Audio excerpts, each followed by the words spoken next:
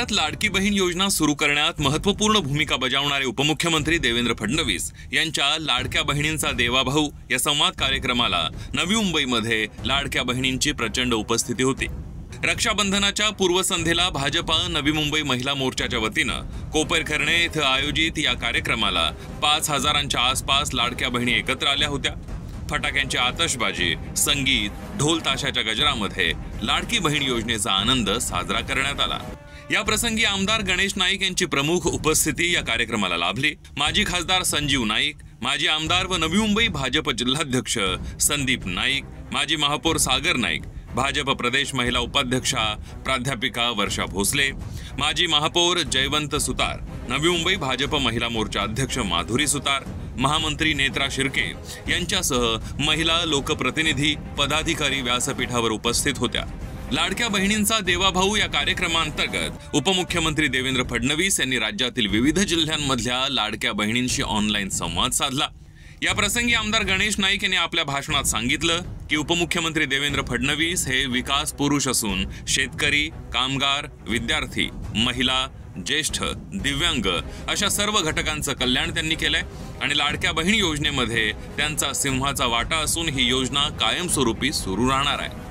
नवी मुंबईच्या हितासाठी कटिबद्ध असल्याचं सांगत आमदार गणेश नाईक यांनी नवी मुंबईच्या विकासासाठी आणि माता भगिनींच्या सक्षमीकरणासाठी कटिबद्ध असल्याचा शब्द उपस्थित लाडक्या बहिणींना दिला। यावेळी नवी मुंबईतील सर्वच्या सर्व 111 प्रभागातून आलेल्या लाडक्या बहिणींनी आमदार गणेश नाईक, माजी खासदार संजीव नाईक, माजी आमदार व नवी मुंबई भाजपा जिल्हाध्यक्ष संदीप नाईक, माजी महापौर सागर नाईक यांना राख्या बांधल्या। आमदार गणेश नाईक यांनी बहिणींच्या संरक्षणाची आणि त्यांच्या सक्षमीकरणासाठी कटिबद्ध असल्याचं प्रसार माध्यमांशी बोलताना सांगितलं।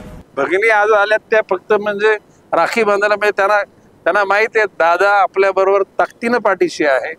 परंतु आज आनंदाचा क्षण आहे। इतक्या मोठ्या प्रमाणामध्ये या राखी बांधण्याकरता सगळ्या आल्या होत्या। मी तर म्हणजे कृतकृत झालो।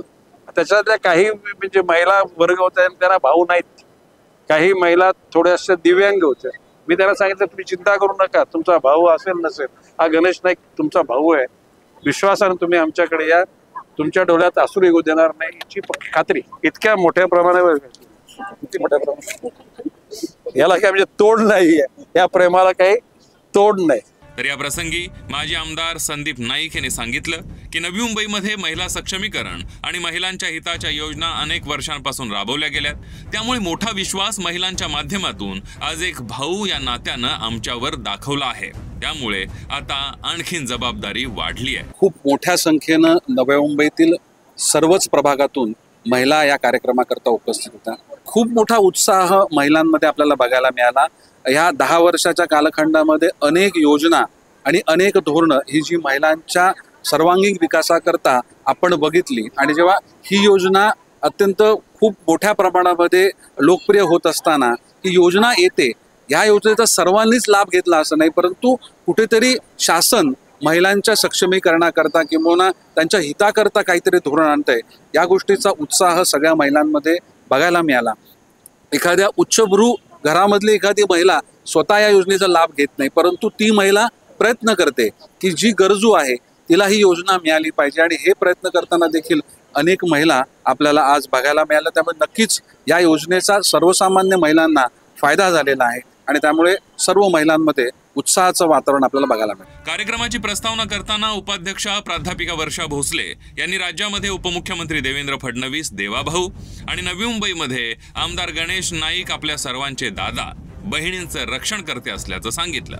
नवी मुंबईमध्येही नवी मुंबईतल्या सगळ्या समस्त आमच्या भगिनींचे दादा गणेश दादा नाईक यांना राखी बांधून पूर्वसंध्येला हा उत्सव अतिशय उत्साहात साजरा केला। सगळ्या माता भगिनी आश्वासक शब्द घेऊन या कार्यक्रमातून गेलेत आणि मला असं वाटतं की ते जास्त महत्त्वाचं आहे। असा दादा सगळ्यांना मिळो आणि असा देवाभाऊ महाराष्ट्रात अखंड राहो, हीच सगळ्या आमच्या भगिनींची इच्छा आहे।